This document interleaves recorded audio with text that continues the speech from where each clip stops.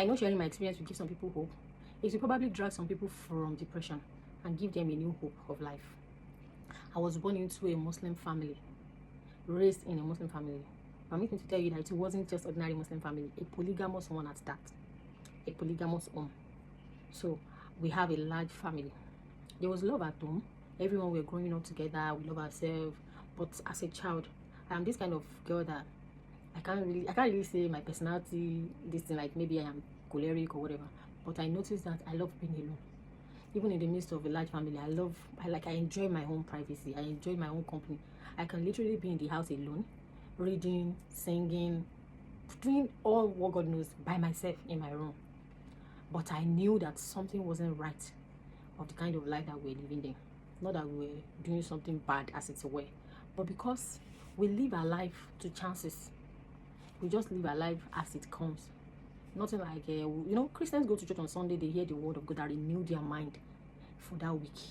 So it's later in life I understood that. So like I was saying, I was born in a Muslim home. My mom actually was a third wife.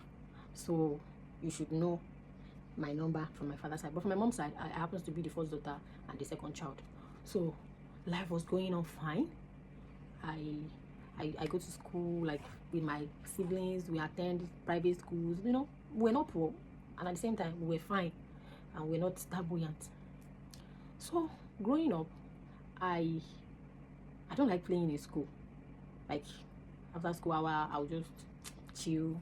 Break time, I will not go out. We have so many things that you can play with: the swing, the football, the handball, and all. But I won't go out. Not because I don't want to, but because something in me is just that reserved. And that has been the way I've been living my life until life happens to me. It happens in a big way that I do not expect. And that leads me to the brain behind all this channel, what it was about. That was the beginning of my experience about the supernatural power of God. I know being alive is supernatural, being healthy is supernatural, whether people like it or not.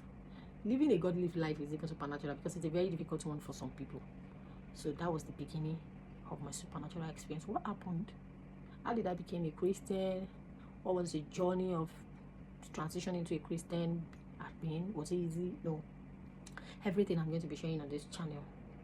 How God helped my life. How He spared my life. All the errors that I passed through. Not necessarily my personal error, but the result of other people's error that keep haunting my life. That is what I'm going to be sharing on this channel. So when you see this video, when you see this channel, just know that you're here to hear an experience. You may probably be going through the same thing, but somebody have been there, and you don't have to experience the same pain that I went through. You don't have to experience the same challenge. Just be hopeful that God will open your eyes to see what He wants you to see from this channel. I'm going to see you in the part 2 of this video. Bye.